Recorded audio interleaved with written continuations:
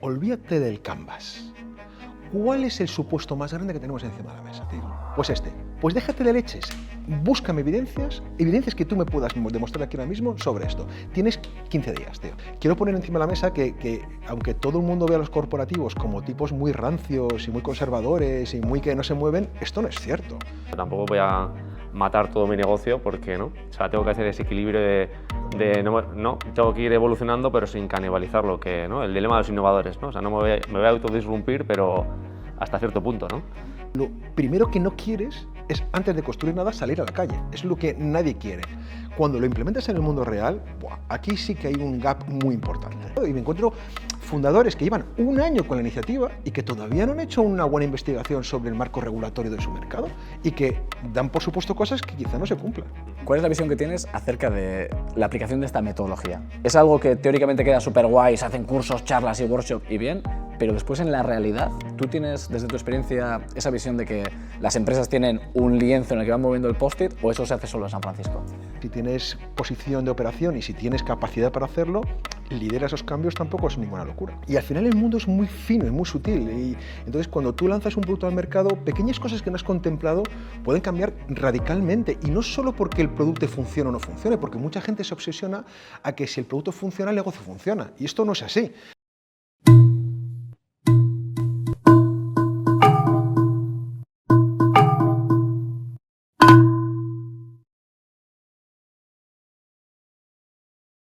Este podcast está patrocinado por Mairu, el software que está revolucionando la gestión de procesos en las empresas. Con Mairu, olvídate de la rigidez de las herramientas tradicionales. Ahora podrás digitalizar tus procesos dejando atrás el papel y las hojas de cálculo. Gracias a su plataforma no-code, Mairu está diseñada para crecer contigo, permitiéndote optimizar y automatizar tus operaciones de manera sencilla y sin necesidad de conocimientos técnicos avanzados. Descubre todo lo que Mairu puede hacer por ti en mairu.digital. Vale, bueno, Kaixo Néstor, bienvenido a otro episodio del podcast Entre Líneas. Estamos con Néstor Guerra. Eskerrik asko por venir, Néstor. Un placer, John, estar aquí. Y empezamos, si quieres, con la presentación. Ingeniero en telecomunicaciones, experto en innovación. ¿Quién es Néstor Guerra? Bueno, pues básicamente yo cuando acabo la escuela de ingenieros pues me meto en HP, en aquel momento en Agilent Technologies, en la parte de instrumentación de HP. Y allí tengo una primera aproximación más en el mundo de la ingeniería y la tesis y medida y era muy apasionante todo aquello.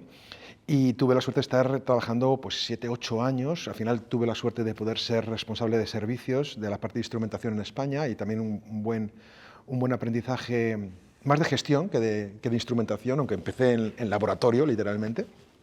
Y después decidí dejar aquella posición y embarcarme en mis propias aventuras y empecé a trabajar más en el mundo de pues, la innovación dentro de las corporaciones, trabajar el desarrollo de productos, ayudar a otros a desarrollar productos, muy ligado al mundo corporativo, también al mundo de las startups y siempre ayudando a poder llevar la tecnología a productos y a valor al cliente. Claro, pero esto más o menos por la época que era, entonces startup casi sería una palabra que está empezando o no, ya no existía. Total. De hecho, nosotros montamos lo que llamamos montar un negocio, ahora es montar una startup, pero en aquel momento, que me acuerdo que el año, pues ¿qué sería? El año 2006-2007, montamos una startup, pero un negocio de software, orientado mucho al mundo más de la administración pública y ahí tuvimos un buen aprendizaje porque pudimos trabajar ya no solo con administración pública sino con gran corporación, con un buenísimo aprendizaje, con desarrollo de productos de software y ahí ya vimos un poco la realidad de todo este proceso de ir desarrollando, que además tuvimos los primeros clientes como lo ganas, como iteras, como ajustas, como haces el pricing y todo esto y todo aquello es verdad que nos dio un bagaje muy interesante y a partir de ahí saltamos también a la consultoría porque en aquel momento no se hablaba tanto de pues, desarrollo iterativo, incremental, no se hablaba tanto de validación en cliente, en mercado, y entonces toda aquella experiencia que tuvimos pues, haciendo experimentos, MVPs, aprendizaje iterativo, pues lo pudimos llevar después a servicios de consultoría, que es lo que hicimos después de todo aquello, cuando vendimos el producto. Claro, pero tú ya en esa primera experiencia, o sea, tenías el concepto de pivotar, de iterar... Sí, ya tuvimos, yo qué sé, pues no sé en qué año fue, pero pues en el 2007-2008 cayó en mis manos un libro absolutamente infumable titulado The Fourth Step to the Epiphany, un libro de un tipo llamado Steve Blank, que en aquel momento ya hablaba un poco de esto del customer development, ¿no? Del desarrollo de cliente en vez de desarrollo de producto. Veníamos de un mundo en el cual te explicaban que para hacer un negocio hay que hacer un plan de negocio. Y en ese plan de negocio tú tienes que hacer las previsiones de todo esto, ¿no? Y es cierto que cuando tienes un negocio que ya existe y que funciona, esto es enormemente válido, ¿no? Porque bueno, pues sabes quién es tu cliente, por qué te compra, cuál es el canal, qué margen tienes. Entonces tenía mucho sentido hacer una predicción de un mundo en el cual tienes evidencias y datos. Pero cuando uno monta un negocio desde cero, o una startup, o un producto en el cual no has vendido nada, hostias, tienes muchos puntos cogidos de los pelos y que muchas de tus, digamos, premisas pueden ser saltos de fe enormes, ¿no? Y al final el mundo es muy fino y muy sutil, y entonces cuando tú lanzas un producto al mercado, pequeñas cosas que no has contemplado pueden cambiar radicalmente, y no solo porque el producto funcione o no funcione, porque mucha gente se obsesiona a que si el producto funciona, el negocio funciona, y esto no es así. Normalmente las startups no fracasan porque el producto no funcione, fracasan porque el cliente no te compra, y no te compra por muchas razones peregrinas que a veces no están vinculadas al propio producto. Y este tipo de cosas, pues fuimos descubriéndolas o fuimos aprendiéndolas. Steve Blank era un tipo que movía en aquel momento esto de lo importante que es descubrir el mercado antes de hacer producto, porque al final cuando uno hace producto es muy fácil quedarte encajado en el producto, porque, joder, es tu esfuerzo, es tu trabajo, tú proyectas sobre ese producto, y entonces cuando tienes un producto tan aterrizado en tu cabeza, te cuesta mucho modificarlo. O sea, es como que es el mundo el que está equivocado, no yo. Y cuanto antes tú sepas cómo es el mundo, antes sabes qué producto hacer, para no quedarte atrapado en el producto.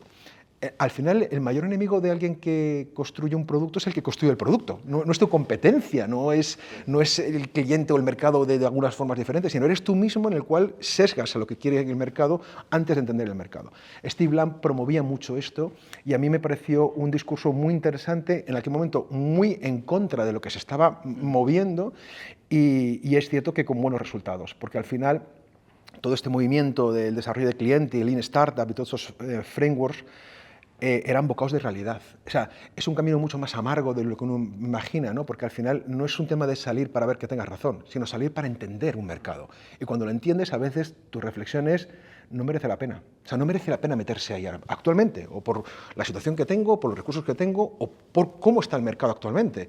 Eso no quiere decir que otro en unos años lo consiga o tal. Y esto de aprender pronto, rápido y barato se convierte en un mantra muy interesante cuando alguien hace un producto innovador, un producto nuevo. Al final le dio un poco la vuelta, comentabas Steve Blank, ¿no? Le dio un poco la vuelta al concepto este de buscar un problema para mi solución, ¿no? Total, buscar, ¿no? total. Una solución para este problema, ¿no? Que es verdad que, bueno, que Steve Blank, que es cierto que hablabas del libro este de los cuatro pasos de la epifanía, tiene otro que es el manual de las startups. Que mucho mejor, un libro mucho mejor, también densote, porque creo que eran como 500 páginas de libro. Me gusta decir, yo también en el pasado también he dado clases de emprendimiento, y me gusta decir a los alumnos que el manual de las startups es como la Biblia, y el Lean Startup es como los evangelios, ¿no? Como un poco el hecho de decir que está el más denso y luego está el más práctico, ¿no? Pero aquel libro de The Fourth Step to the Epiphany, que no lo recomiendo, por cierto, pero a mí cuando cayó en mis manos fue un libro que me dio una gran bofetada de realidad, ¿no? Steve Blank venía de muchísimos fracasos y venía de una reflexión muy interesante. Y entonces te da mucha rabia que la solución sea, antes de construir, sal a la calle y empieza a hablar con clientes. No es solo lo que te dé pereza, es que te da vergüenza, o sea, es una barrera muy grande, ¿no? Porque tú lo que quieres es la intimidad de tu oficina, tu equipito, tu sueño, tu desarrollo, y que el mercado se comporte como tú te imaginas. Lo primero que no quieres es, antes de construir nada, salir a la calle. Es lo que nadie quiere. Y es cierto que ese camino fue, en mi caso, como startup, el que mejor recorrido me dio para encontrar un encaje al mercado, pero mentorizando y ayudando a otros, lo que nos ha ayudado más a entender qué hacer y qué no hacer. Pero tú en esa fase inicial, ¿en qué posición te encontrabas? ¿Estás en un punto de fundador? Sí, de fundador, de fundador y de desarrollador, porque en aquel momento éramos los que éramos. Cuando uno arranca, pues eres fundador, desarrollador y eres todo, ¿no? Y me acuerdo que arrancamos 3 socios, llegamos a ser en su momento, antes de que empezaran, una compañía holandesa empezó a interesarse por el producto, pues éramos 6 personas. ¿Qué hacíais? ¿Qué producto era? Era un producto para la gestión de certificaciones de edificios, ¿de acuerdo? Y era un producto de software muy nicho, algo muy específico, además que se basaba en una normativa y tal, ¿no? Pero sí que es cierto que, me acuerdo que los primeros experimentos, el producto era literalmente, y además íbamos muy tensos, porque íbamos a un ayuntamiento a enseñarle un producto que básicamente eran pantallazos de una cosa que no existía. Que en aquel momento era muy tenso, porque ¿cómo vamos a ir a un cliente con esto, tío? O sea, era como ahora es como muy normal, pero en aquel momento era muy tenso. Pero es que aquellas primeras entrevistas nos dio una serie de pistas tan interesantes de qué hacer y qué no hacer. De hecho, el backlog que construimos, lo construimos de las primeras, no quiero engañarte, 6, 7 entrevistas. Las primeras 6 entrevistas nos definieron el backlog, que era, no digo contradictorio a lo que hemos planteado, pero cambiaba un 80%. ¿Qué funcionalidades quería el cliente en principio? ¿Dónde consideraba que estaba el valor? ¿Qué impedimentos tecnológicos tenían internamente? ¿Qué tipo de APIs podíamos integrar y cuáles no? Entonces nos dimos cuenta que no, que había muy pocas APIs para integrar y que el cliente lo que le interesaba eran otras cosas que nosotros consideramos menos relevantes. Y eso nos ayudó mucho a que los primeros encajes fueran muy buenos. ¿No teníais la sensación, más que sensación, no es el síndrome del impostor, pero precisamente una sensación de que el hecho de validar o ese aprendizaje era como una pérdida de tiempo? ¿No teníais esa discusión de decir, joder, pues en vez de tanto validar, déjate de leches y vamos a hacer un producto y ya lo venderemos cuando esté hecho?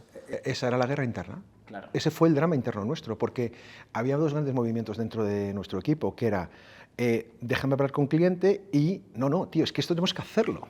Entonces, en esa guerra es donde tú tienes que crearte una mentalidad. Y eso es el problema. El problema no está en construir un producto, el problema está en cómo piensas construir el producto. Este es el punto. Porque al final un equipo de ingenieros de software o un equipo de ingenieros se centra mucho en que el producto funcione. Y tenemos que salir de ahí para entender que la clave, obvio que va a funcionar, obvio, pero aquí la clave no es que funcione, aquí que no lo compren. ¿Qué es funcionar, no? O sea, cuando alguien dice que es funcionar, ¿qué es que funciona? Que la gente que técnicamente funcione o que la gente lo use y le resuelva un problema, ¿no? Y esto eran las discusiones diarias en el equipo cuando hacíamos las reviews y la discusión pero tío, entonces ¿qué esperamos? ¿Hacer la entrevista? ¿Cuándo la tienes, tío? Y de eso, ¿qué hacemos caso? Y otro problema que había enorme, que era, una vez hecha la entrevista y una vez sacado todo ese conocimiento, creérnoslo y convertirlo en backlog. O sea, que no era solo escuchar al cliente, sino que esa escucha acabara en el producto. Y esto parece obvio, pero no lo es, ¿eh? Porque aquí la fricción de priorizar elementos en un backlog de desarrollo de producto, esto depende de quién, es fácil y es difícil. Y ahí está viendo, nosotros también hace un par de años en Mairu sí que estamos en esa misma fase, y es verdad que aprendes muchas cosas. El primer punto, y con lo que has dicho totalmente de acuerdo, que donde más seguro estás es en casa y que siempre tienes la sensación de que el producto no es lo suficientemente bueno.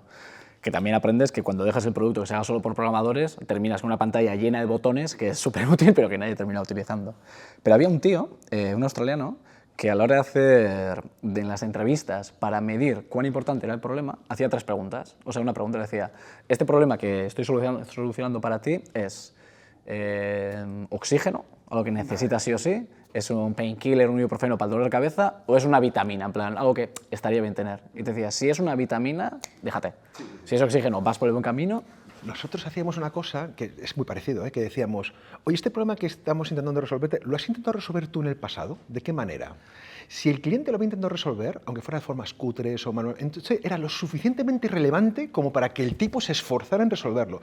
Y si solo te describe el problema, pero nunca había intentado resolverlo, era un indicador de que, vale, era un problema, pero no lo suficientemente relevante como para que tengamos que saltar al desarrollo. De hecho, esa persona sería ya un early adopter, porque a nosotros nos pasa que cuando vamos a fábrica muchas veces sustituimos Excel y papel.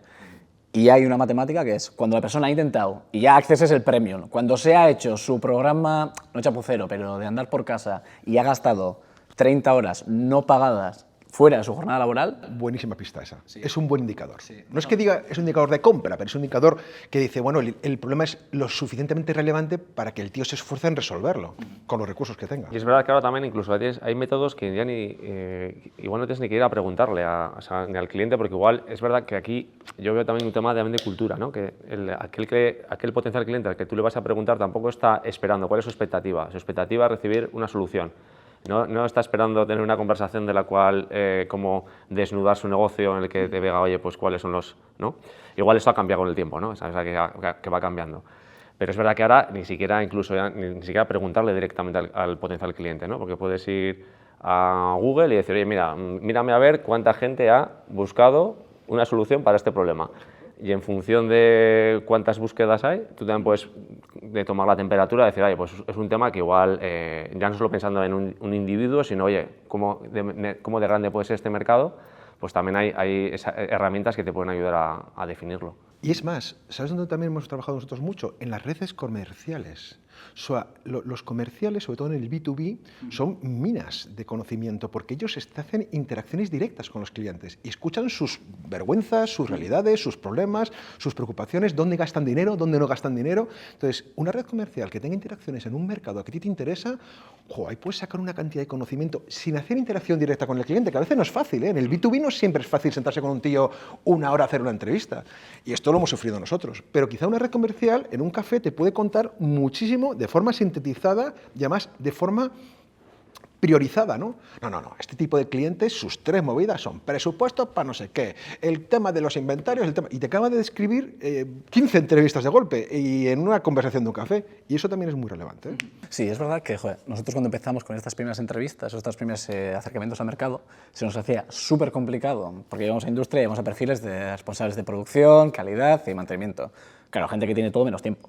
Entonces, que además de no tener tiempo, ya que te cogen el teléfono, era un reto, y luego encontrar un hueco en el que te puedan contar sus problemas a un desconocido, te voy a contar qué hago mal yo en mi casa, ni de coña.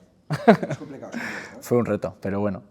Pero guay esta intro porque, claro, ya a ti te conocí de ver vídeos en YouTube, Lean Startup, me acuerdo que tenías una explicación, no me acuerdo muy bien, en la que explicabas Lean Startup haciendo la comparativa de cómo el iPad fue el artículo más vendido para mujeres entre 45 y 60 años, creo, en 2012 o algo así.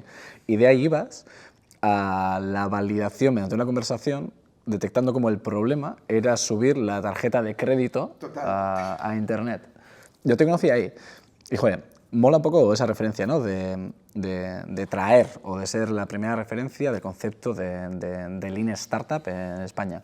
En este sentido, que es algo de valor, no hay ninguna duda, pero yo la pregunta que tengo, ¿cuál es la visión que tienes acerca de la aplicación de esta metodología? Es algo que teóricamente queda súper guay, se hacen cursos, charlas y workshops y bien, pero después en la realidad, ¿tú tienes desde tu experiencia esa visión de que las empresas tienen un lienzo en el que van moviendo el post-it o eso se hace solo en San Francisco?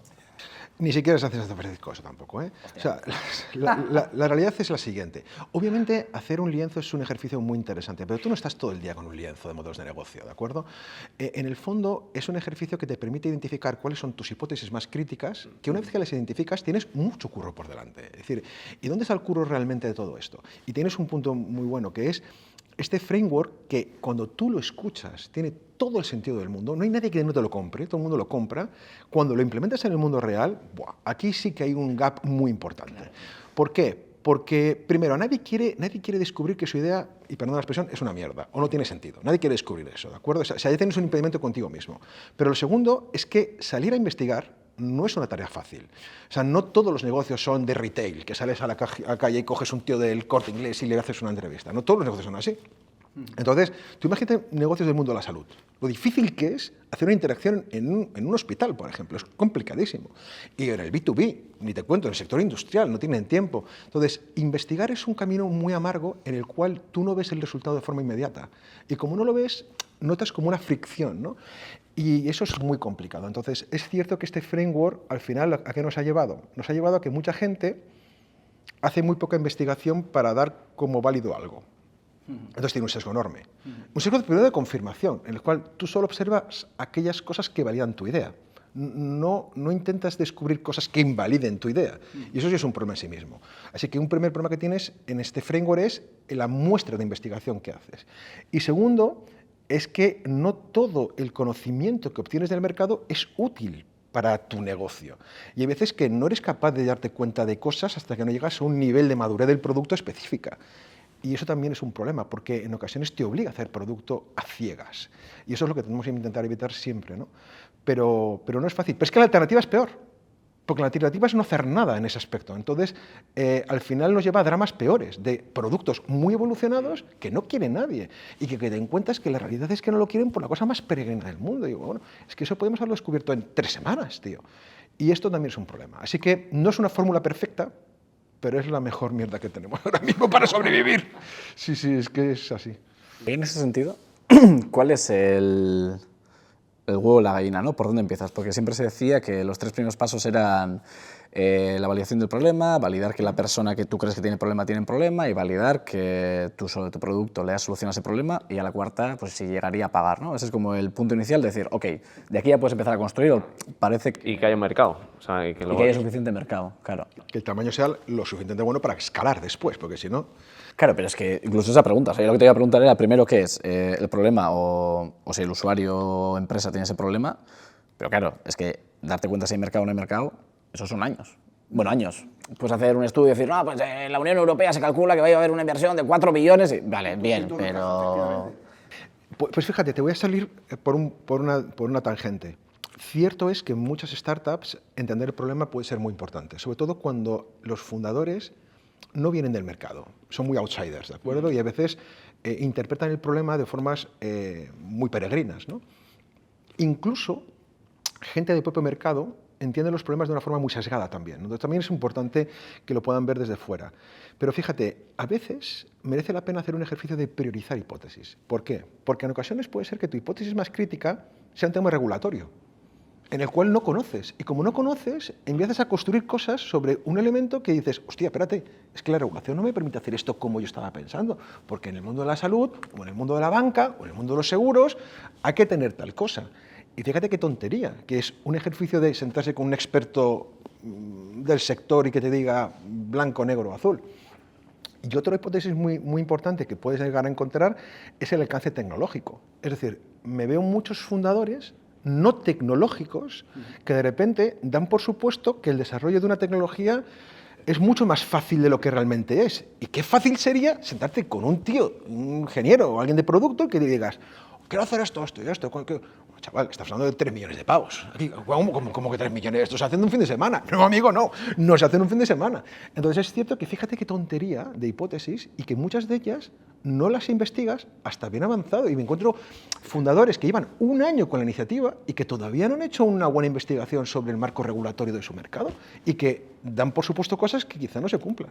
No, son los, ¿cómo les llaman? Los RATs, ¿no? Los Risk Assumption Test, ¿no?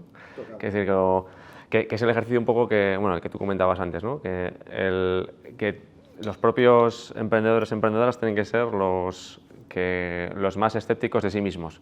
O sea, poner en duda, porque al final creo que es lo complicado de este ejercicio, ¿no? Es ponerte a ti, o sea, claro, tú propones algo, te pones a ti mismo en duda. Pero realmente la validación buena es la de, no, yo voy a salir ahí y voy a ir a tumbar o sea, voy a ir a tumbar la propuesta que estamos haciendo. Y si no consigo tumbarla con todas mis fuerzas es que tiene sentido, ¿no? Claro, pasa que esto se pelea también un poco con el día a día, ¿no? Me refiero, lo que estamos planteando es casi como si tú pudieras pillar una startup y decir, bueno, pues voy a estar 3 meses en los que voy a hacer solo validaciones. Pero eso se pelea siempre con los indicadores reales y yo me sentí bastante identificado con lo que dices en esa parte inicial de extraer información. O sea, cuando empezamos a hacer los primeros acercamientos de Mairo al mercado, no era meramente vendo, lo vendo. Era decir, es que me he dado cuenta que en el área de calidad, por ejemplo, hay más papel que en el resto, porque es un área cambiante en el cual puede haber una necesidad o un encaje más fácil, y vuelves. Pero ese descubrimiento que digamos, o sea, es como si de alguna manera la filosofía Lean no estuviese en un lienzo, sino que fuese algo más mental, decir en plan, vale, tengo que ir a validar, aunque no tenga un lienzo, tengo que hacer con una mano eso y con la otra decirle a mi jefe, no, he hecho 50 llamadas y creo que voy a vender. Es más, yo a muchas startups les digo, olvídate del canvas. ¿Cuál es el supuesto más grande que tenemos encima de la mesa, tío? Pues este. Pues déjate de leches. Búscame evidencias que tú me puedas demostrar aquí ahora mismo sobre esto. Tienes 15 días, tío. Entonces, es más importante eso que dedicar mucho tiempo al planteamiento estratégico, a darle vueltas al canvas, a si el segmento de clientes es bla, bla, porque al final, quizá en ese descubrimiento te tumba elementos del canvas que está dándole vueltas sin sentido. Y aquí, fijaros, una cosa que creo que es muy útil, ¿no? O por lo menos en mi experiencia ha sido muy útil, que es el tema de poder tener a alguien externo que te ayude a esto. Yo tuve la suerte de tener un buen mentor, Albert Ventura, siempre me acordaré de él, en el cual me hacía preguntas que me jodían. ¿Tipo? Tipo estas, tipo, ¿y por qué piensas que esto es cierto? Bueno, porque tiene sentido. No, pero ¿lo has escuchado de algún lado? Y yo dije, coño, pues escuchado, no lo he escuchado, cierto es. Entonces, escúchalo de algún lado, de 3 tipos. Entonces, claro, me jodía porque me obligaba a levantarme del sitio, a buscar un tío que me dijera eso, aunque fuera forzado, y a darme cuenta que no me lo decía. Entonces, yo de eso aprendí a cómo ayudar en los mentoring, ¿no? A cómo ayudar a las personas, ya sean corporativos, ya sean startups, que desarrollan un nuevo producto. Porque al final tú tienes que hacerle preguntas que le ayuden a poder descubrir cosas en el mercado lo antes posible.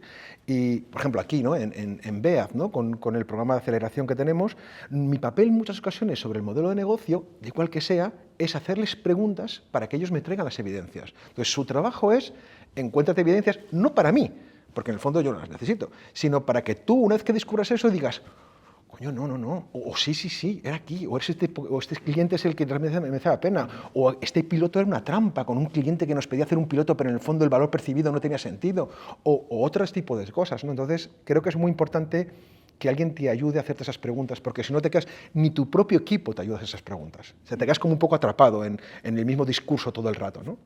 Sí, bueno, haces esa ayuda para, ¿no?, cuestionarte a ti mismo, alguien que te meta el dedo en el ojo, pues para, ¿no?, como tú decías, ¿no?, me estás aquí fastidiando, pero bueno, es lo que igual no te haces a ti mismo, pues que te lo haga también otro desde fuera, ¿no? Bueno. ¿Y ahí ves una gran diferencia entre estos nuevos lanzamientos de productos, esta aplicación de metodologías ágiles en el mundo corporativo? Porque casi suena como un oxímoron. Me refiero, no me veo una empresa, la primera que me viene a la mente, Mapfre, aplicando metodologías ágiles. Pues no es cierto, lo hacen muy bien. No es cierto, lo hacen muy bien. Nadie lo hace bien. Pero no hay que pensar que una corporación no sean instrumentos de innovación muy válidos. Y os digo por qué. Primero, hacen mucho esfuerzo para innovar, entendiendo que están muy encorsetados en un negocio que ya existe y hacen dinero. Pero lo segundo, ¿tienen dinero para poder financiar esta innovación? Una startup no. Una startup está jodida a no solo financiación orgánica, que no la tiene, sino inorgánica, a ver si cae. Entonces, sin embargo, las corporativas no. Las corporativas tienen un flujo de caja muy sano para poder financiar esto. Así que no vemos eso. Y además, que en los últimos 10 años hay un esfuerzo desde parte de los comités para acelerar la cultura de la innovación. Y obviamente mucha innovación viene muy vinculada al producto actual, en el mercado actual, muy en rollo mejora continua, que está genial. Pero es que, ojo, no pensemos que se quedan ahí. O sea, yo que tengo la suerte de trabajar con áreas de innovación, y de hecho, por ejemplo, con Mapfre hemos trabajado, ojito, porque trabajan muy bien, están haciendo cosas muy interesantes en un sitio que es muy difícil y además tienen instrumentos muy buenos para empezar a probar cosas y probar productos y probar mercado. Entonces, clientes, te voy a poner un ejemplo, por ejemplo, del sector de la salud. En Novartis, por ejemplo, que hicimos un programa de innovación hace unos años con la gente de oncología, con José Marcilla y con todo el equipo y con Marión. Ojo, que el sector de farma está hiperregulado, un mercado en el cual está muy encorsetado.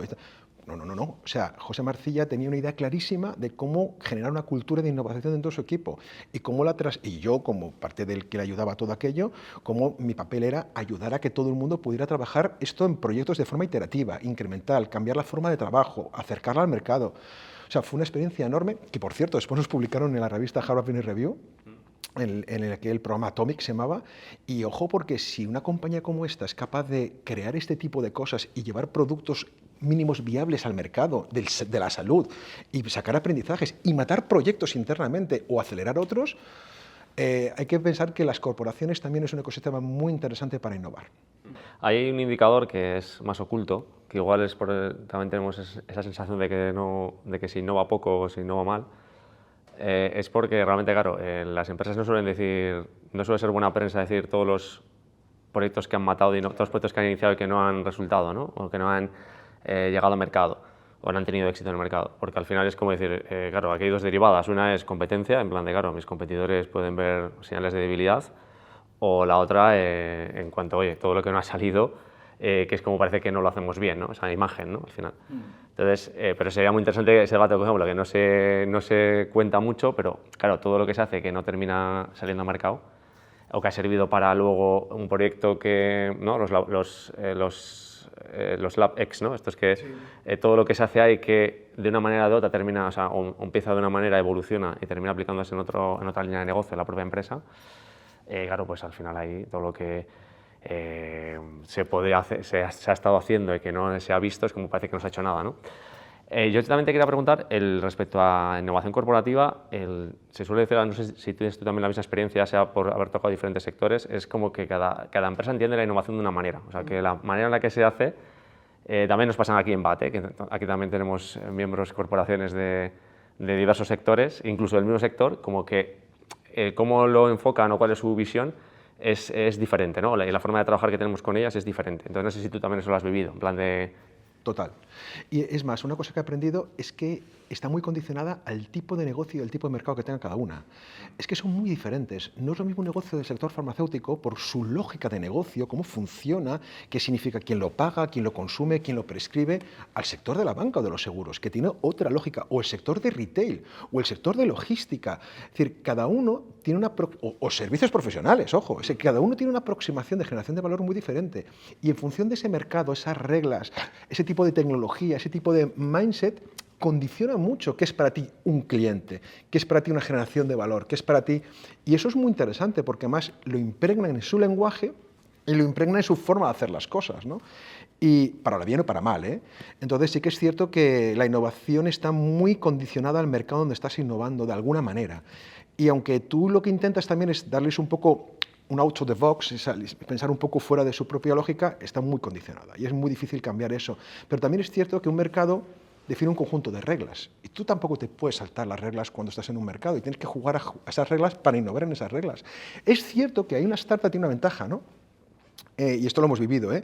Una startup se puede permitir el lujo de lanzar un producto que esté en esa línea muy fina entre lo posible y no lo posible, es decir, lo legalmente correcto o no correcto, ¿no? En el cual, es que este producto del mundo de la salud, no sé si está regulado, esto no sé si se puede. Una farmacéutica, por su compliance, es muy cautelosa. Una banca, por su compliance, es muy cauteloso de, cuidado, esto es un producto financiero, no es financiero, eso es un riesgo, no es un riesgo. Una startup se puede permitir el lujo de pisar esa línea, ¿no? Y es cierto que ahí puede explorar un poco más allá. Y tenemos casos muy famosos y menos famosos de todo eso, ¿no? Pero al final las corporaciones también lo hacen a través de las startups. O sea, no solo es que innoven equipos internos para poder validar el mercado, sino que a veces colaboran con startups para poder pisar esa línea sin que sean ellos los que pisan esa línea. Y ahí también entiendo que hay una serie iba a decir, de reglas del juego, en el sentido de, claro, que si al final eres una startup y quieres colaborar con una corporación, evidentemente, claro, tú vas a poder, vas a intentar ir con un discurso igual más, iba a decir, desafiante, ¿no? O que tratar de cambiar algún paradigma. Claro, pero la corporación también estará pensando, ya, pero tampoco voy a matar todo mi negocio porque, ¿no? O sea, tengo que hacer ese equilibrio de no, tengo que ir evolucionando pero sin canibalizar lo que, ¿no? El dilema de los innovadores, ¿no? O sea, no me voy a autodisrumpir, pero hasta cierto punto, ¿no? Fíjate lo que he escuchado en un comité, ¿eh? Esto lo he escuchado más de uno, ¿eh? Pero si tengo que canibalizarlo, prefiero ser yo que no sea otro. O sea, y esto lo escuché en un comité en el cual había una evidencia clarísima de que una tecnología estaba cambiando parte de la lógica del negocio que tenían ellos y ahora su premisa era: no sé si vamos a poder parar esto muchos años, porque el cambio es inminente, pero prefiero liderar yo el cambio de esto a que no venga otro a liderármelo y me deje fuera del mercado. Y hay muchos negocios que lo han hecho de esta manera. Hay muchos negocios que han liderado ellos el cambio. Hay que tener mucho valor y hay que tener un comité de dirección que se atreva a hacer esas cosas, ¿vale? Pero sí que es cierto que hay grandes negocios que se han reinventado mucho y el clásico ejemplo que ponemos todos es IBM. Entonces, como IBM se dio cuenta de que la industria de los ordenadores dejaba muy poco margen y que era un lugar peligrosísimo para competir, y dijeron: repensémonos, y repensaron toda la lógica de negocio. Hombre, si IBM con su magnitud ha sido capaz de tal hazaña, creo que muchos negocios son capaces de repensar muy bien y no esperar a que el tsunami te arrastre y digas, bueno, hemos sacado todo lo que podemos sacar de este negocio.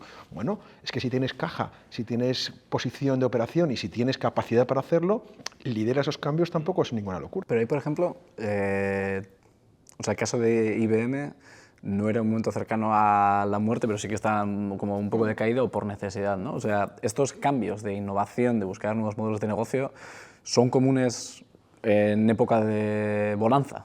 No. En época de bonanza todo el mundo quiere sacar lo más posible a la vaca. Claro. Entonces, y tú maximizas todo eso. Es cierto que hay negocios que te permiten tener más fondo de maniobra para poder después hacer cambios y otros que no. Por la lógica de IBM, ellos podrían. Hay otros negocios que por su lógica de negocio o por su caja o por la operación financiera que tengan no es tan fácil. Entonces, aquí yo he visto de todo. He visto negocios que se han spliteado, se han dividido porque hay una parte que era muy rentable y podía crecer más y se splitea y tú la lanzas, y otra que dejas morirle hasta que alguien te la quiera adquirir o lo que sea, ¿no? Pero sí que es cierto que que yo creo que también los propios comités se aplican mucho esto del Lean Startup.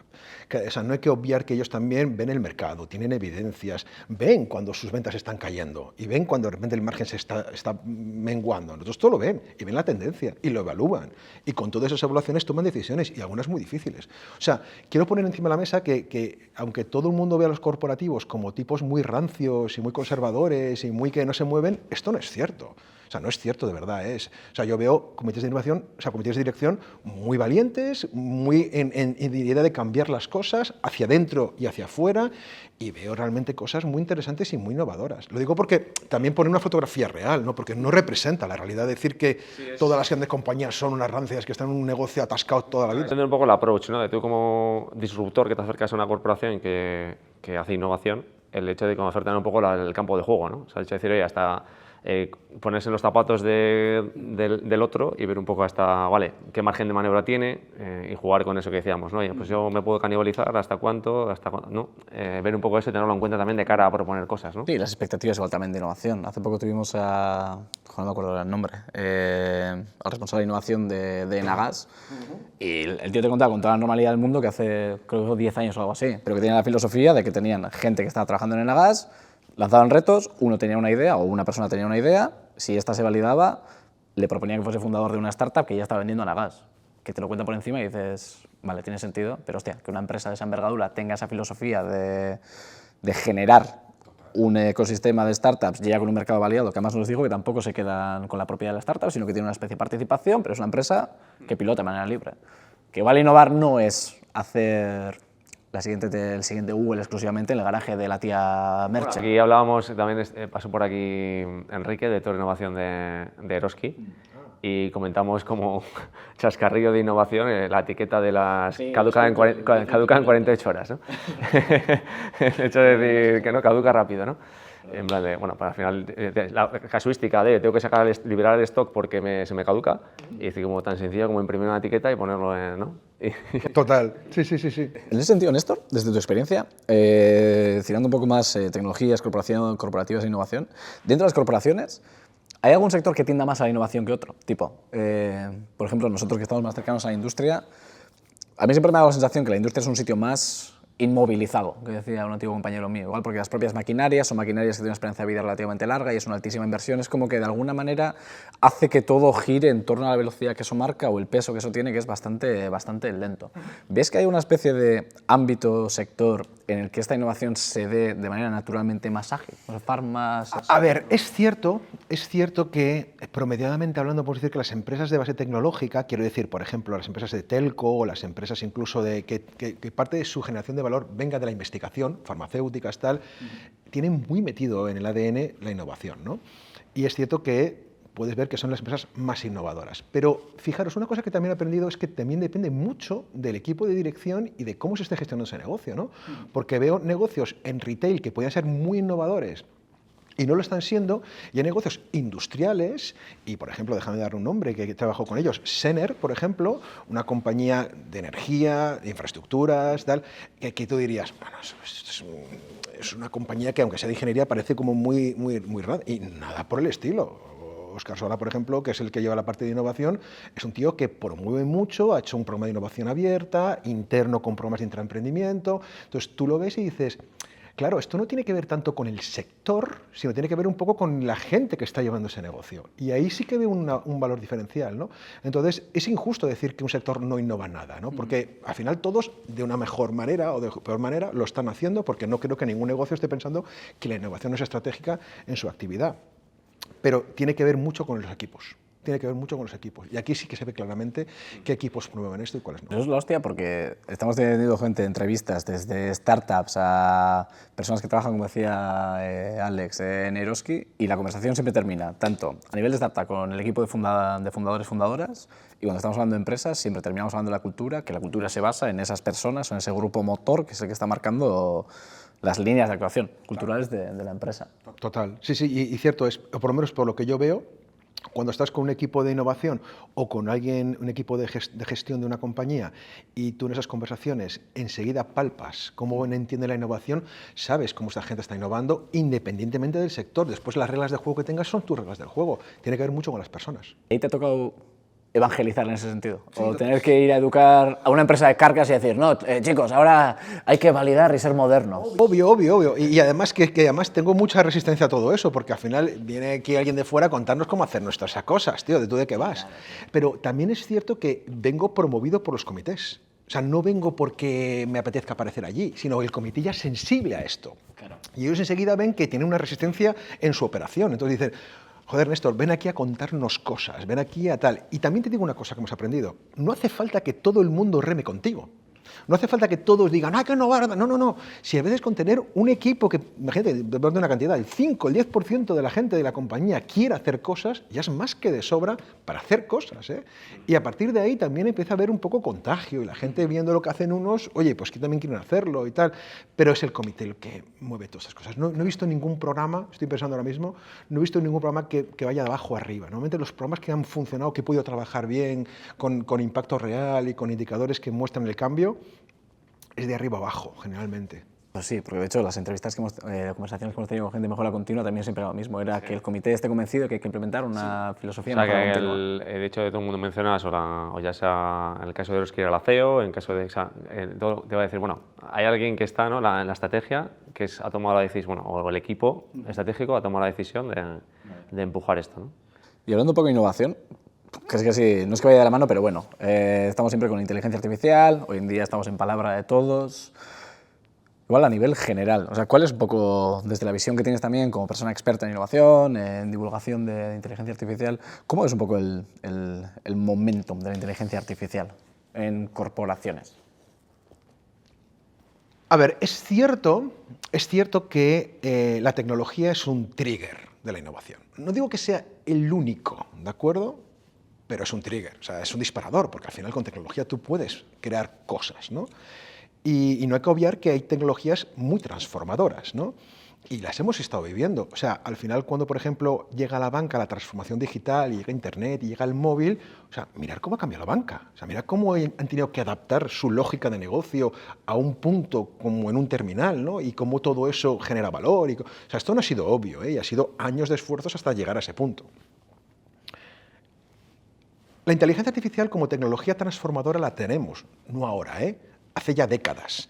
Lo que pasa es que ahora, de repente, se ha democratizado mucho, vía el ChatGPT o vía lo que sea. Pero sí que es cierto que ahora más clientes perciben que esto es un mecanismo de generación de valor, a través de muchos mecanismos. O por optimización, oye, me lo aplico para ser más productivo y con consecuencia me lo llevo a cuenta de resultados vía ser más productivo, muy bien.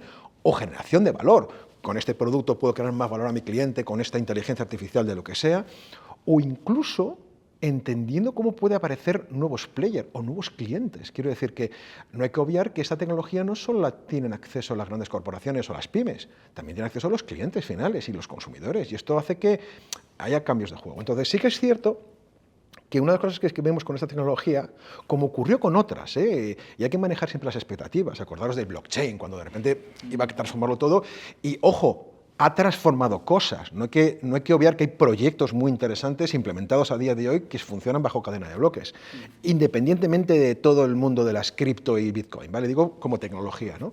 Y esto está funcionando y seguirá funcionando. Aquí habrá una corrección con todo esto, obviamente, pero sí que es cierto que es una tecnología muy transformadora y nos va a transformar porque es cierto que las corporaciones tienen mucho interés en todo esto, lo muestran enseguida, pero también cada vez más la gente empieza a entender cómo sacarle valor a todo esto. Y además es una tecnología que está evolucionando muy rápidamente. En el mundo del blockchain al final la tecnología era la que era, ¿de acuerdo? Y sobre eso se crean muchos proyectos muy diferentes. Aquí no es que se creen proyectos, es que tengo una tecnología ahora mismo que poco se parece a la del 2022. No digo 2020, digo el 2022 o 23, y que posiblemente en el 26 o en el 27 sea muy diferente a la que tenemos en el 24. Y eso nos lleva a que la evolución tecnológica también marca un ritmo muy interesante. Pero ahí, ¿no crees también que lo que nos estamos destinando es un poco a una polaridad cada vez mayor? Porque, joder, es cierto todo lo que dices, pero sin embargo yo todavía, que me toca visitar fábricas, me encuentro con papel. Absolutamente. Papel, que además, si ya lo que pasa con la conversación de la digitalización es que tienes dos perfiles. Hay gente que sabe muchísimo y te va a pedir el detalle exactamente del producto que quiere, el software para el manejo concreto de la fábrica o de la planta. Y luego tienes gente que es digitalización. Y desde Excel hasta ChatGPT, todo está en una caja enorme y negra. Con la inteligencia artificial, a mí sí que me da un poco una sensación parecida, que por un lado tienes gente que está en esa cresta de la ola haciendo un uso e incluso aprendiendo a hacer uso de la inteligencia artificial, y luego tenemos, creo que una mayor parte que hace un uso más bien de, pues mira, ChatGPT le he pedido que me escriba un correo de seguimiento. Vale, pero, hostia, estás utilizando el 0,2. Es que el riesgo de innovar, yo creo que cada vez, según vamos avanzando, cada vez es mayor. El riesgo de no innovar ni adaptar innovación, ¿no? La brecha entre el que no hace nada y el que está full, digamos, cada vez se va agrandando más. Según se van adaptando nuevas tecnologías, cada vez se va agrandando más. Y el hecho de decir que también es una paradoja de la tecnología, ¿no? Porque no porque te permita hacer cosas tenga sentido hacerlas, ¿no? Pero bueno, independientemente de eso, el hecho de decir, o es binario, ¿no? O estás o no estás, ¿no? O es un tema ya de supervivencia. Si no lo haces, no vas a sobrevivir. No sé si también tienes una visión tan drástica como esta que estoy planteando o la ves más... A ver, te digo dos cosas. Primero, es cierto esta brecha, y es cierto que esta brecha, y te lo voy a contar por una persona de recursos humanos de una compañía, que tengo suerte de trabajar con ellos, y sigo trabajando con ellos, me suelta el siguiente approach, o la siguiente preocupación. Me dijo, en nuestro equipo de desarrollo de IT, ¿de acuerdo? Tenemos un área de desarrollo pequeñita, que desarrollamos parte del front que hacemos para clientes en web y tal y cual. Pues es que ya tengo parte del equipo que trabaja con modelos de lenguaje para escribir código. Y cuando me he encontrado el siguiente performance, Peña, que tiene un por 7 de productividad con respecto al año pasado, y gente que tiene un 5% más con respecto al año pasado. O sea, que han currado. No digo que... Pero claro, de repente tengo un problema.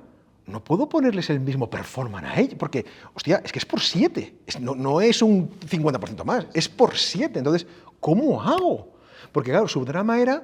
No puedo medirles igual porque están currando, pero claro, desde el punto de vista de la compañía, uno es por 7 y otro es solo un 5% más. Entonces, en términos de... Ahora no se nota mucho, pero dentro de poco habrá un abarcamiento comparativo clarísimo en el cual gente que usa esta tecnología y que puede multiplicar mucho, y que no digo que en todos los casos sea posible, pero es que en el mundo del software, desgraciadamente o afortunadamente, es muy fácil mejorar tu productividad porque el modelo escribe mucho código y no todo es válido, pero claro, tu forma de producir ha cambiado radicalmente. ¿Y qué pasa? Que esto poco a poco empezaremos a verlo en otros sitios, en otras áreas, y que de repente ese que solo hace el correo, pues imagínate que en vez de mandar, pues eso, 4 correos en 15 minutos, pues manda 40 correos en 15 minutos. Entonces dices, hostia, es que a base de poquitos, mucha gente puede mejorar su productividad, y eso va a generar brechas. Y esas brechas ahora no se notan, pero eventualmente pueden llegar a notarse. Y es cierto que aquí hay que manejarlo razonablemente bien, porque esto nos puede llevar a algunas situaciones un poco dantescas. Y también hay que afirmar que aunque las compañías pues todas esas cosas las quieren adaptar lo antes posible, pues no dejar cierto temor. Es una tecnología muy nueva, que tú no sabes el impacto que puede tener, mucha gente es muy conservadora con respecto a los datos, a cómo se manejan, a dónde se suben, ya no solo el ChatGPT, hay muchos modelos o muchas tecnologías que esto pues no es obvio. Y aquí todavía queda un recorrido importante para hacer todo esto, y que es cierto que en un momento dado veremos esos impactos en cuenta de resultados. Pero también es cierto que hay negocios que son más susceptibles a esta tecnología y de ver un impacto, y otros que no. Porque al final, cuando yo voy a un retail a comprar una naranja, la naranja seguirá siendo una naranja. Hoy, mañana y dentro de 50 años. No me dan una naranja inteligente, me dan una naranja. Y esto seguirá siendo así. ¿Cómo llega la naranja al retail? Bueno, ahí veremos muchas cosas. Pero los vatios que yo compro en Iberdrola serán los vatios de Iberdrola, y el coche que me compro, eléctrico o inteligente, será un coche hecho con chasis y tal, y la ropa será la ropa. Estas cosas no van a cambiar tanto, pero hay otras que sí que pueden cambiar. Hay mercados o hay negocios que esto es muy fácil de meter, hay otros que su impacto pues será más comedido o no tan evidente de forma inicial. Entonces hay que manejar también diferentes ritmos. Sí, en algunos el propio producto va a ser transformado por la inteligencia artificial como la empresa que hace desarrollos, pero que en otro tendrá el impacto de la inteligencia artificial en aquellas actividades auxiliares como la página web o el servicio de la empresa que vende naranjas. Y yo, hablando con un cliente, por ejemplo, además del sector de la moda, me dijo, claro, Néstor, es que trabajando con algunos proyectos de inteligencia artificial para mejorar de temas operativos, tal y cual, dice, sí, nos da resultados, pero tampoco son un multiplicador enorme, porque parece que nosotros hacemos mal las cosas, claro, y ya las hacemos razonablemente bien. Así que cuando vengan estas máquinas ayudando a hacerlo mejor, sí, pero a día de hoy no estamos viendo un por 7 de mejora en este caso. Estoy viendo una mejora de productividad del 5%, del 10%, porque el modelo me ha optimizado un tal. Pero decir que integrando ese tipo de tecnologías en nuestro negocio va a mejorar un por 7, pues no en todas las industrias va a ocurrir así. Bueno, esto sí que no todo es Fórmula 1, ¿no? Que a veces aquí también lo hemos comentado. Que cuando hablamos también hemos hablado cómo es ¿no? Cuando hablamos también de mejora continua, a veces surge la conversación de, oye, pues en qué punto estamos, ¿no? ¿En el de mejorar 2 décimas o en el de mejorar 1 minuto? Claro, todavía hay mucho, depende del margen que haya también en esa industria y los casos de uso. ¿No? Y hay muchos clientes que llevan trabajando muchos años hacer cosas. Y entonces, cuando tú dices, oye, ahora con esto vamos a mejorar muchísimo, pues quizá no, porque estás pensando que ya lo hemos hecho mal hasta ahora y lo hemos hecho quizá muy bien. Y esta es una realidad. Sí. Y ahí un poquito, hablando ya más de inteligencia artificial, si no me equivoco, pero bueno, las potencias un poco se están disputando, ¿no? Entre Estados Unidos, China, un poco como el liderazgo de... Bueno, esto es cierto en parte, ¿eh? Primero porque, aunque somos europeos y somos muy críticos con Europa, Europa hace cositas, ¿de acuerdo?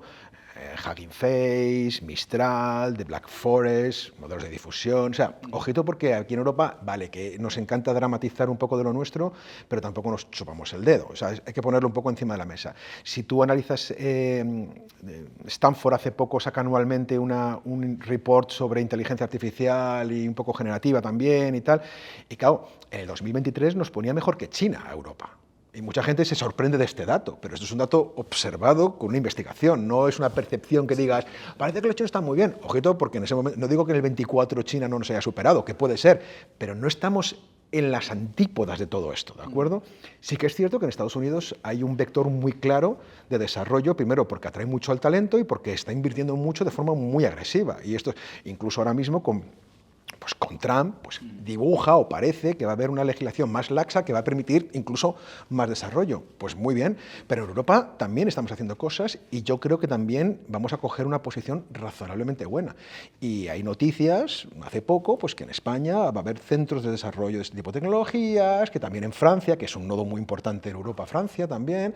Así que sí, nos queda mucho que hacer, pero tampoco nos pongamos... Estamos hablando de un tema que es transversal a todos los sectores, ¿no? Que es, vale, es tecnología y que puedes tener campeones tecnológicos ¿no? que generen modelos fundacionales, etc. Pero es verdad que claro, antes hablas de Novartis, por ejemplo, y dices, bueno, a la industria farmacéutica no le va a ir un tecnológico a decir cómo va a hacer su innovación y su proceso, porque es una cosa que es un know-how suyo, ¿no? O sea, luego, claro, la clave estará en cómo lo aplicas y que eso te dará ventajas respecto a tu competencia, ¿no? Pero no es un tema solo de tecnología, ¿no? Sino un tema de sectores en los que si ya estás bien posicionado y nadie mejor que el que está en ese sector para conocer cómo evolucionar su producto o su servicio y cómo utilizar esa ayuda, en este caso que es la IA, que puede ser para, ¿no?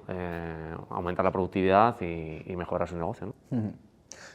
Y un poco al hilo, hablando tal vez de corporaciones y de la adopción de esta inteligencia artificial, todavía diríamos que estamos en un punto casi inicial, ¿no? En el que se está a nivel tomando las corporaciones como una masa de mercado, en el que todavía se está implementando la inteligencia artificial como una herramienta cotidiana, de alguna manera. Bueno, a ver, en mi experiencia, es cierto que mucha gente se sigue sorprendiendo de las capacidades que tienen algunos modelos actualmente, ¿no? Pero también es cierto que es una industria que va a un ritmo que lo que contábamos en el 22 queda obsoleto en el 24. También es cierto que hay muchas corporaciones que no se están chupando el dedo. Y dejar que hable de, por ejemplo, el caso de BBVA.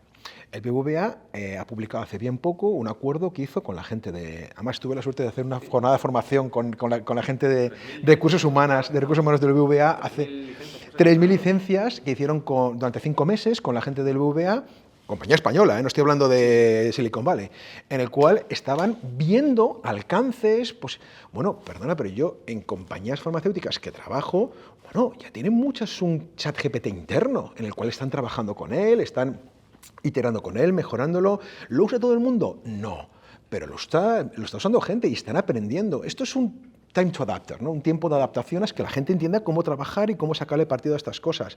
Pero sí que es cierto que las corporaciones están haciendo un gran esfuerzo para entender la tecnología, para implementársela. Todos los comités de dirección están entendiendo que eso tendrá un impacto. No saben muy bien todavía en qué magnitud ni en qué áreas, pero están facilitando el acceso. Y ojo, con un tema bastante peliagudo, que es cómo manejamos nuestra información, qué subimos, cuidado con estas cosas, porque cada 2 por 3 podemos tener un problema con esto.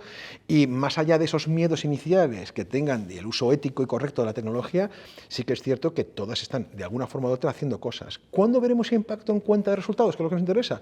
Pues no lo sé, pero ya hay algunas que empiezan a tener algunos indicadores. No digo que viéndolo en la cuenta de resultados, pero en productividad, y el BVA reportaba elementos de estos, ¿no? Diciendo, oye, estamos jugando para ver si mejoramos experiencia de cliente, productividad, facilidad de hacer las cosas. Bueno, pues todo esto veremos quizá el año que viene o el siguiente indicadores más globales, más de, oye, pues hemos conseguido ahorrar un 5% de costes, hemos mejorado nuestra facturación gracias a tecnología en tanto por ciento.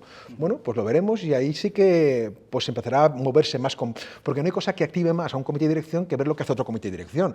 Si el BV ha publicado esto, os imagináis que toda la banca está trabajando alrededor de esto. Y toda la farma también, y todas las compañías de alguna forma o de otra están explorando. Así que sí que es cierto que las corporaciones están empezando a hacer estas cosas, están haciendo cosas y veremos resultados muy interesantes en 2, pues 3 años. Sí, sí. ¿Ves que se va a acercar también a la parte operativa más de blue collar, de gente que está igual en la parte de producción? Porque por lo que hemos hablado hasta ahora casi siempre es como white collar, oficinas, actividades auxiliares, ¿no? Más que una persona que trabaja literalmente con sus manos o al lado de una máquina que está produciendo. Bueno, primero, digamos que podemos entender todo ese tipo de tecnologías desde 2 puntos de vista, como proyectos micro y proyectos macro. El proyecto micro es pues, cuando alguien se aplica un modelo comercial para hacer algo fácil, ¿de acuerdo? Oye, me ayuda a hacer presentaciones, me ayuda a hacer cálculos rápidamente utilizando un modelo para hacer tal y cual. Y esos son como productos generalistas que tú utilizas pues, por tus quehaceres, ¿no? Y hablamos de eso como proyectos micro, pero también tenemos proyectos macro. Alguien que diga, oye, queremos implementar en esta máquina un mecanismo de aprendizaje automático para detectar tal y cual. Y ese proyecto quizá te dura 1 año y lo haces muy ad hoc, muy específico, pero quizá puede tener, no siempre, pero buenos resultados y puede implementarse. Y aquí os lanzo, fíjate, la siguiente reflexión. Es cierto que en este camino, dentro de poco, todo esto irá reduciéndose el coste, porque ahora mismo es algo muy incipiente, pero dentro de poco esta tecnología será mucho más barata, mucho más accesible, y hoy en día requiero pues, un equipo, una consultora externa con un equipo de ingenieros para hacer un proyecto macro específicamente, pero dentro de poco la propia tecnología te va a ayudar a que tú puedas hacer ese proyecto internamente. Y dentro pues, veremos pues, resultados muy espectaculares, quizá algunos menos, otros más, y yo creo que en esa aproximación de proyecto micro y proyecto macro van a ocurrir cosas. Así que veo gente que haga cosas con las manos, con las máquinas, implementarlo. Pues sí, en términos de que quizá el tipo ese no, pero todo el sistema sí. Y claro, y de repente vemos pues, que hay gente que en un proyecto macro pues, es capaz de optimizar algo, aunque siga habiendo gente usando las manos para implementar cosas en línea de producción. Así que claro que sí, y además se puede implementar incluso en estrategia, en logística, en otros elementos más macro que al final ayudarán en la integración de todo el sistema a una mejora o un incremento de valor. Porque no hay que pensar solo en que esto es optimización, también puede ser incremento de valor, porque el producto me permite hacer cosas diferentes. Qué bueno. Bueno, perdón, no sé si vas a... Yo también quería comentar un poco si... se habla de... Tenemos aquí algún proyecto también en BAT, Startup, que está enfocada en IA explicativa. Y... ¿Qué es la IA explicativa? Bueno, básicamente es... la IA explicativa, un poco, su trabajo es hacernos entender cómo piensa la IA, por así decirlo, ¿no? O cómo llega a las conclusiones a las que llega, ¿no? Un poco así, bueno, contado en dos líneas. Entonces, claro, ¿cómo de importante va a ser eso para, efectivamente, todo esto que estás comentando de, claro, implemento procesos, claro, tengo que evaluar esos procesos de si, vale, estoy incrementando mi productividad, claro, pero luego entrará en el tema de decir, no, lo he multiplicado por 7, como comentabas antes. Y dices, claro, pero es que igual si el modelo que estoy utilizando entiendo cómo lo está pensando, igual es que no es 7, igual es 10 o 12, por lo que puedo aún mejorar más. Claro, porque si no tú cuando das los prompts es un poco a ciegas, o sea, yo meto pero no sé cómo de bien estoy haciendo, si estoy dándole un valor numérico cuando me pide algo de texto. Hablamos antes de investigación, ¿no? Hablamos de investigación farmacéutica, bueno, investigación del tipo que sea.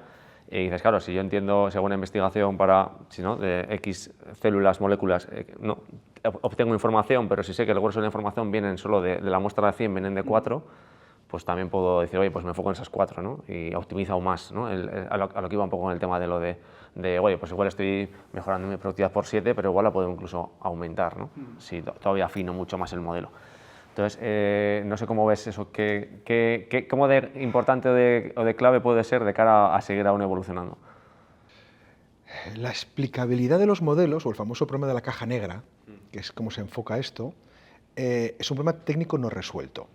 Y esto tiene implicaciones ya no solo en mejorar los modelos, que es obvio, sino en la implicación que supone que un modelo tome una decisión incorrecta.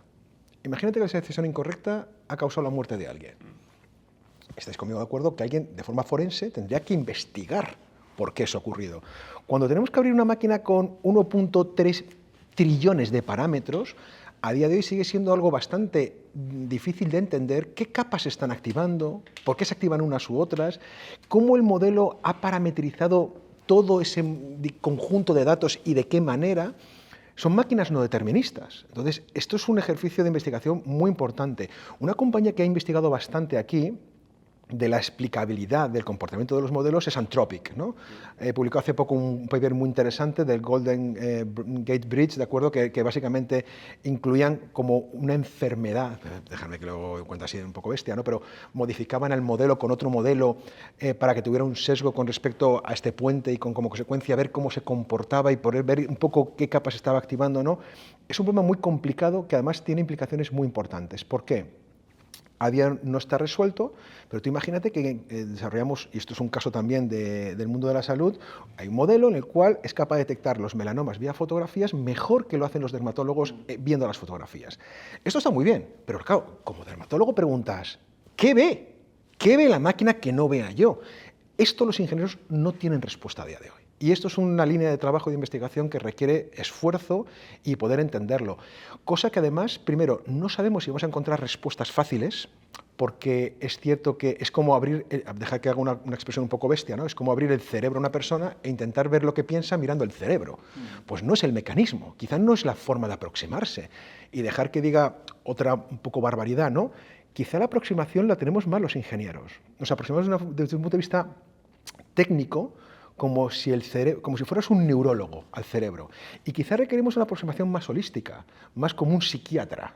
Por favor, son ejemplos que manejemos desde la perspectiva correcta, ¿vale? Pero podremos quizá de una forma holística entender mejor los modelos muy complejos cuando lo que están haciendo los fabricantes es meter más parámetros. Están haciendo más compleja cada vez la máquina. Entonces, cada vez más difícil desde el punto de vista técnico abrirla y entenderla.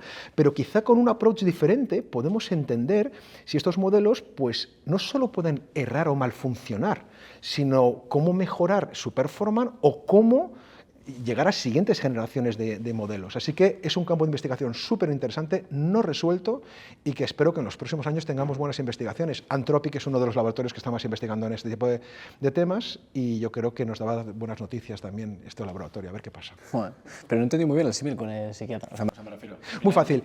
Un psiquiatra es capaz de entender una enfermedad mental no desde el punto de vista neurológico, ¿no? Es decir, sino desde el punto de vista más holístico, a través de una conversación. O sea, un neurólogo es capaz de, deja que lo ponga muy bestia, ¿no? Abrir el cerebro y decir, bueno, aquí hay que cortar, aquí tal, y aquí hay que poner, y aquí hay que quitar, ¿no? Sin embargo, un psiquiatra no te abre el cerebro, pero conversa contigo. La cura, además de que puede haber un fármaco, puede estar en la propia conversación. Dejar que exagere un poco el tema, por favor, no penséis que esto es así, pero cabe una línea de investigación. A estudiar el algoritmo, más te pregunto a ver cómo has llegado a la conclusión. Claro, porque yo puedo evaluar un modelo a través del propio lenguaje, y es como se hace a día de hoy, porque tú, por ejemplo, para evaluar el performance de un modelo, no lo haces abriendo la caja y viendo los parámetros, lo haces con un conjunto de pruebas de lenguaje, y ese conjunto de pruebas de lenguaje te da un performance, ¿no? Y esas pruebas es lo que te muestran. Estoy probando la máquina no desde el punto de vista más de la caja negra, sino del resultado de esa caja negra independiente de lo que ocurra dentro. Esto se acerca mucho más a cómo un psiquiatra te evalúa a cómo te evalúa un neurólogo. No sé si me explico, ¿no? Sí, no, que pasa también con las personas, ¿no? Que al final como la visión sobre un mismo tema puede ser muy diferente, ¿no? Con una red neuronal, tú si pones un parámetro que es falsos negativos o falsos positivos, cuál es el mínimo máximo, ya está, no va a ejecutar si el parámetro está fuera de ese rango. Sí, pero bueno, si vamos a un experimento psicológico, por ejemplo, somos 2 o 3 sujetos de ese experimento psicológico, probablemente igual la reacción no sea la misma de la de los 3, al mismo, ¿no? Y también es cierto cierto que una cosa, que una máquina entrenada, los parámetros son fijos, no cambian, ¿de acuerdo? Pero bueno, también es cierto que se hace fine tuning y también es cierto que yo puedo poner nuevas capas de entrenamiento y todo ese tipo de cosas pueden hacer que una persona que usa un modelo suyo y que con esas capas de entrenamiento, esas conversaciones, tú sigas entrenando al modelo o siga teniendo una memoria utilizada para los PRON, puede ser que haga que el comportamiento de estos modelos pues tenga un comportamiento no correcto o que lleve a situaciones un poco más dantescas. Lo que quiero decir con todo esto no es que vaya a nacer una línea de investigación psiquiátrica a través del modelo de lenguaje. Lo que quiero decir como un símil, como una figura parecida en que el problema de la caja negra es un problema no resuelto y que ahora mismo se está aproximando de muchas maneras. Y una manera es desde el punto de vista más técnico, pero que cabe en otras maneras para intentar entender por qué una máquina como estas funciona de esta manera y no de otras. La interpretabilidad de cómo funcionan los modelos de lenguaje. Qué bueno. Pues Nelson, un poco para ir cerrando, siempre me suele gustar cerrar con algún consejo, reflexión que darías, pero salseando un poco tu perfil y mirando en internet, una de las cosas que llegué es que te gusta recomendar libros. Sí, bueno, libros, yo qué sé. Libros, charlas TED, que por cierto has dado alguna, así que sí, también si alguien está viendo si está viendo este vídeo, pues hay que buscar en YouTube TED Talk Néstor. Pero sí, no sé si tienes algún artículo, paper, libro, blog, fuente de información que te gustaría compartir. A ver, venga, como estamos hablando de inteligencia artificial, vamos a contar tres cosas, o tres que sigo yo, ¿vale? Para estar un poco al día, a ver qué pasa y ese tipo de cosas. Bueno, la primera es el blog de Javier Fuentes, el Centinela Independiente, de Independent Sentinel. Es un blog muy interesante que publica una vez cada 15 días y tal, artículos divulgativos con un lenguaje muy bueno, muy sencillo, pero con rigor. Que aquí está el tema que me gusta mucho. Él también es teleco, entonces me gusta porque siendo teleco se acerca al rigor, pero no es un tipo técnico que digas ¿de qué me está hablando? Sino que cualquiera, además accesibles con películas, con cosas que te ayudan a entender un poco. Creo que tiene un efecto divulgador muy bueno, que se entiende por todo el mundo y que cualquiera que quiera estar al día o entender el alcance tecnológico de forma fehaciente, real, sin venirnos arriba de que la máquina siente cosas, pues no es un software, esto no siente ni padece, ¿no? Pero sí que es cierto que me gusta mucho y yo lo suelo seguir bastante y bueno, es socio amigo, así que esa es la primera recomendación. Venga, otra recomendación, un youtuber español que también me gusta mucho, además coincidimos en un máster los dos, que es Carlos Santana. Carlos Santana con su blog .csv también es un tipo que me gusta mucho porque además de ser divulgador, tiene rigor. Es que parece que es mentira, pero es cierto que ahora te encuentras mucha gente que habla de herramientas, que está muy bien, de acuerdo, y otra gente que habla de cosas un poco, yo no quiero decir exageradas, pero un poco que vende demasiado el clickbait, ¿de acuerdo? Claro, y digo, bueno, sí, pero alguien que no sepa puede idealizar demasiado este concepto cuando no es... Esto lo comentas también es interesante porque vivimos en un mundo en el que es cada vez es más complicado distinguir, ¿no? Si eres, para los profanos, ¿no? Si se quiere acercar a algún tema... Si eres un yados o si sabes de lo que hablas. Es complicado el hecho de decir, oye, ¿cómo de rigor, ¿no? ¿Cómo de riguroso es esto? ¿Cómo de...? ¿no? Sí, Carlos Santana lo hace muy bien. Carlos Santana, además de que habla de herramientas y noticias y tal y cual, cuando tiene que explicar un concepto, digo, muy bien explicado, porque lo hace accesible, interpretable para gente que no es técnica, pero no pierde el norte de qué significa eso. Así que me gusta mucho. Y para no quedarme solo con españoles, Tino Urban. Tino Urban también me gusta muchísimo, escribe mucho por Twitter, tiene su propio blog, tiene cosas muchas por internet, ¿de acuerdo? Tiene TEDs, tiene tal, y es un tipo que por tener un americano aquí, pues me gusta mucho y lo suelo seguir bastante. Y también es muy divulgador, y no solo habla de inteligencia artificial, habla de muchos elementos tecnológicos y me gusta, pero ahora mismo como el tema de moda es la inteligencia artificial, pues está muy a foco. Pues ya tengo las recomendaciones. Néstor, muchas gracias otra vez por compartir este hueco y por aprender contigo. Nada, un placer de verdad y enhorabuena por todo. Muchas gracias. Gracias. Este podcast está patrocinado por Mairu, el software que está revolucionando la gestión de procesos en las empresas. Con Mairu, olvídate de la rigidez de las herramientas tradicionales. Ahora podrás digitalizar tus procesos dejando atrás el papel y las hojas de cálculo. Gracias a su plataforma no-code, Mairu está diseñada para crecer contigo, permitiéndote optimizar y automatizar tus operaciones de manera sencilla y sin necesidad de conocimientos técnicos avanzados. Descubre todo lo que Mairu puede hacer por ti en mairu.digital.